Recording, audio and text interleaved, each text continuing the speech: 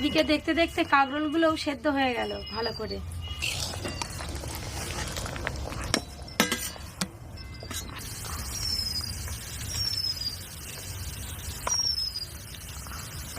দেখে তেলে দিয়ে দেবো পেঁয়াজ কুচি, আদা রসুন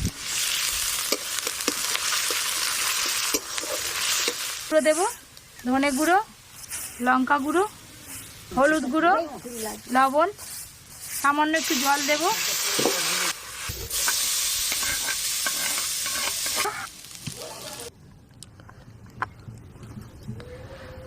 চিকেনের পুর দিয়ে একটু হালকা করে উপর দিয়ে এভাবে চিপে দেব।